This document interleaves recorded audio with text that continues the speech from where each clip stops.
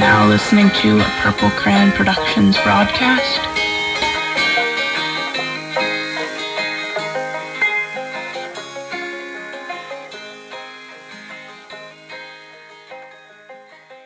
Hi everybody, this is Emma Creekmore and welcome back to Solved. This week we're going to be looking at the myth of the Kraken. The Kraken legend originated in sailors near Greenland and Scandinavia. It is said to be a giant cephalopod monster. Krakens are a major staple of sea monster and a major storytelling tool from sailors who were known to be a superstitious bunch. The fun and exciting thing about the Kraken is that it is actually extremely likely that they existed in a similar way to the sailors' superstitions. There have been many sea-dwelling monsters like sirens or other mer-persons that are likely the result of hallucinations due to long hours in the sun and few resources. Many historians actually believe that mer-people were actually just manatees that sailors hallucinated to look like people. Let's look at the history of the Kraken as well as some similar legends around the world. The first written depiction we see of a Kraken comes from a book called, I'm going to butcher this, Konungs Skuggisja. It's Norse. It was written by an anonymous author and was in circulation around 1250. This is by no means the first time Krakens were supposed to exist. Sailors talked about them for hundreds of years prior, and it was a popular superstition among them. The author of this book posed that there could only be 2 Krakens in existence, and they can't reproduce. It is unclear if he then believed they are immortal. He described a giant beast that is incomprehensible in size.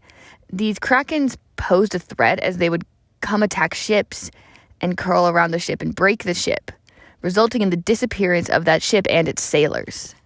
In Japanese folklore, there is a similar beast known as Akoro Kamui.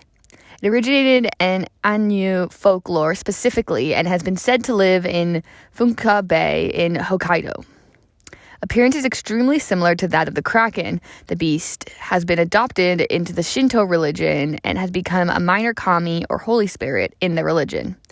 The Akoro Kamui as a kami is said to be fairly benevolent and is not a large danger unless provoked. If provoked, however, it is near impossible to escape. It is believed to have the ability to self-amputate and heal itself. Thus, offerings made to the Akoro Kamui are believed to result in healing benefits. In the Caribbean, there is another instance of a similar Kraken-like monster known as Lusca. It likely lived in shallow waters and was said to change color, which is a known trait of smaller species of octopus.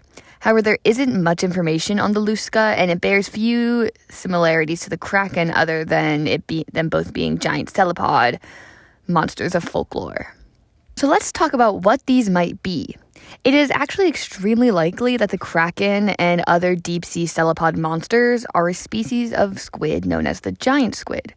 Giant squids are massive, and before 2004, there were no confirmed sightings of giant squids, dead or alive. Their existence was a matter of debate similar to cryptids. There have been parts of the giant squid carcasses to wash up on shores around the world.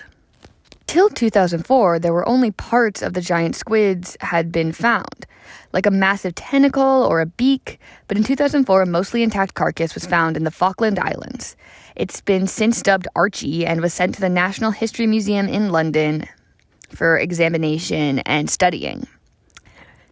This was the first confirmation of a giant squid existing. For reference of size, a typical squid can range from 3 to 10 feet in size. A colossal squid, which is a species of squid found near Antarctica, can be around 30 feet in length, whereas the largest known specimen of a giant squid can be estimated to be around 39 feet. Some believe that there are not larger specimens, whereas others believe that giant squids can reach up to 50 to 60 feet in length. Since there have been a few sightings of giant squids both in the natural habitat and in captivity, there are some images of videos of what are claimed to be giant squids. But to this day, it is extremely rare to see one in the wild. Most people will only ever see a dead one in a museum. Actually, the most scary part of giant squids is how they attack.